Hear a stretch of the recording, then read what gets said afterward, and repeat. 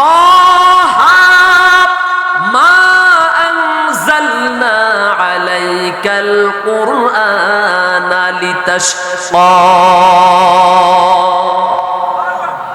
ওমর শিক্ষিত মানুষ ছিলেন, পড়ালেখা জানতেন। যখন তিনি আল্লাহর কোরআনের এক একটা আয়াত তেলাওয়াত করলেন, তিনি জবান দিয়ে তেলাওয়াত করতেছেন আর তার দুই চোখের কোনা বেয়ে বেয়ে টপ টপ করে পানি পড়া শুরু হয়ে গেছে।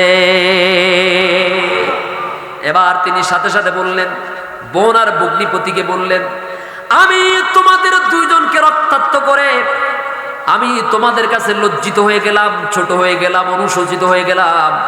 আমি আর দেরি করতে চাই না, অতি তাড়াতাড়ি যত দ্রুত সম্ভব আমাকে নিয়ে চলো বিশ্বনবী মুহাম্মদুর রাসূলুল্লাহর দরবারে।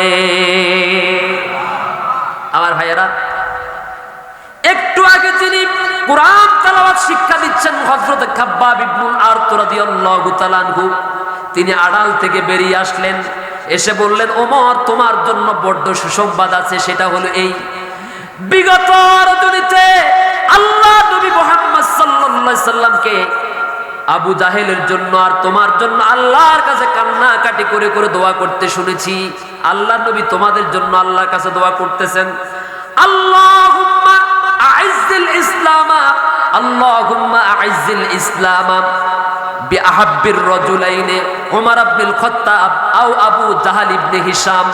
ও আল্লাহ, এই মক্কার দুইজন বড় বড় নেতা, দুইজন বড় বড় শক্তিশালী, একজন হলো আবু জাহাল, আরেকজন হলো ওমর। এই দুই ব্যক্তির মধ্যে একজনকে তুমি ইসলামকে শক্তিশালী করার জন্য কবুল করে নাও। বিগত রজনীতে আল্লাহ নবীকে তোমাদের জন্য দোয়া করতে শুনেছি। আমার মনে হয় বিশ্ব নবীর দোয়া আল্লাহর দরবারে কবুল হয়ে গেছে।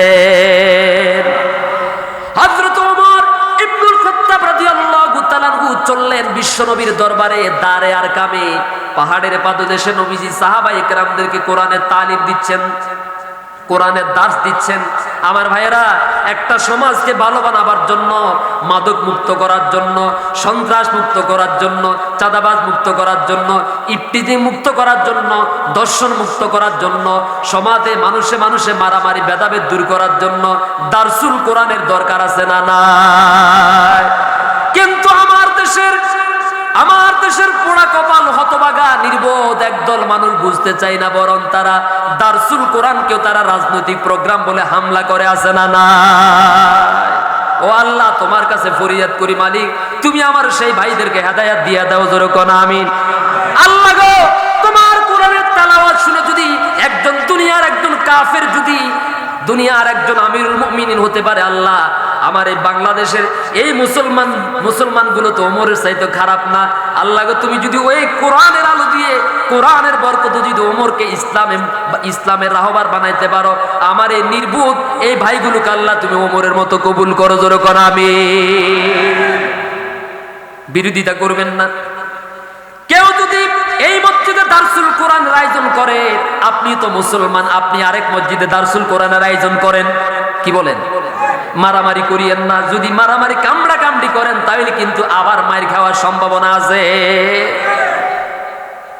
আমি আমার মসজিদে বলছি, গত জুমা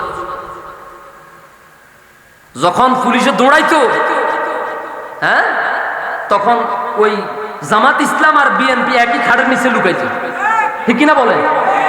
কি সত্য না? শতভাগ আল্লাহর কসম। আমার মসজিদে আমি যখন জুমা পড়াইতে যাইতাম মোহাম্মদপুরে, আসি মাথাটা এখানে ঢুকাই দি, কান্দি দিত, হুজুর গত রাত্র বাড়িতে ছিলাম, কইছিলেন ধান খেতে হলাইছিলাম, হুজুর খাল কিনার ঘুমাইছিলাম, হুজুর সুয়ারি বাগানে জঙ্গলে ঘুমাইছিলাম। এরকম একটা সময় গেছি কি যাই নাই?